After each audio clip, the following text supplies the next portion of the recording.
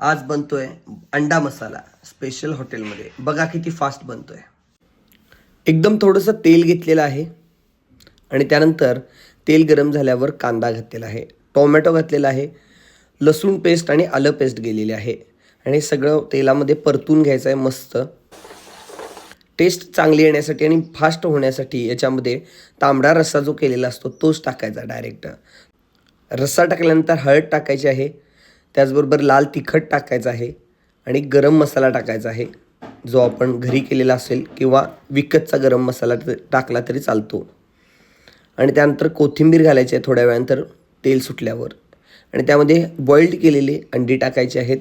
2-4 आपण मसाल्याप्रमाणे टाकू शकतो आणि थोडंसं पुन्हा एकदा गरम केल्यावर मस्तपैकी आता हे मसाला अंडं तयार आहे.